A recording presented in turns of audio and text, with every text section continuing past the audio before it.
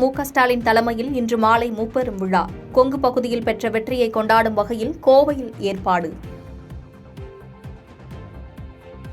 விக்கிரவாண்டி சட்டமன்ற இடைத்தேர்தலில் பாமக சார்பில் சி. அன்புமணி போட்டி. முக்கிய எதிர்க்கட்சியான அதிமுக இதுவரை வேட்பாளர்கள் அறிவிக்காததால் தொண்டர்கள் குழப்பம்.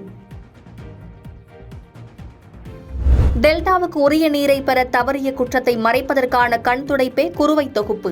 தமிழக அரசு மீது எதிர்க்கட்சித் தலைவர் எடப்பாடி பழனிசாமி விமர்சனம். தமிழிசை குறித்து அவதூறாக பேசிய திமுகவின் சிவாஜி கிருஷ்ணமூர்த்தி மீது வழக்கு தொடரப்போவதாக மகளிர் ஆணையர் உறுப்பினர் குஷ்பு அறிவிப்பு. மீண்டும் மீண்டும் பெண்களை புண்படுத்தும் வகையில் பேசுவதாக குற்றச்சாட்டு. பணியிடங்களில் நடைபெறும் பாலியல் தொல்லை பாதிக்கப்பட்டவர் மட்டுமின்றி வேலைக்கு செல்லும் ஒட்டுமொத்த பெண்கள் மத்தியில் தாக்கத்தை ஏற்படுத்துகிறது.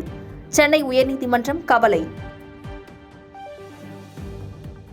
G7 மாநாட்டில் பங்கேற்றுவிட்டு நாடு திரும்பினார் பிரதமர் நரேந்திர மோடி. இத்தாலி பிரதமர் மெலோனியும் மோடியும் செல்ஃபி எடுத்து மகிழ்ச்சி.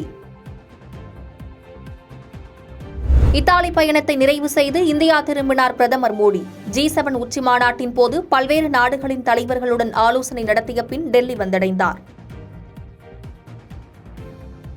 எதிர்கால தலைமுறைக்கு சிறந்த உலகை உருவாக்க G7 நாடுகளின் தலைவர்களுடன் ஆலோசனை நடத்தியதாக பிரதமர் மோடி கருத்து.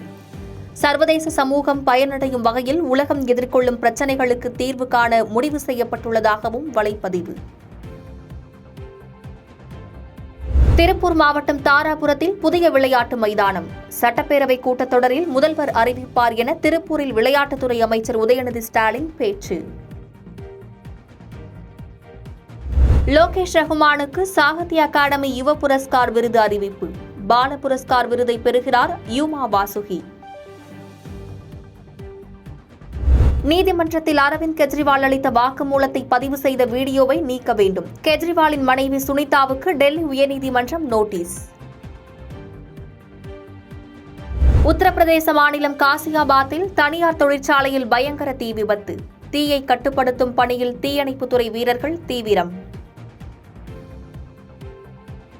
பாதகம் செய்பவரை கண்டால் நாம் பயங்கொள்ளலாகாது பாப்பா. மோதி மிதித்து விடு பாப்பா, அவர் முகத்தில் உமிழ்ந்து விடு பாப்பா. அண்மை செய்திகளை உடனுக்குடன் தெரிந்து கொள்ள இணைந்திருங்கள் இயம்நாடு தொலைக்காட்சியுடன்.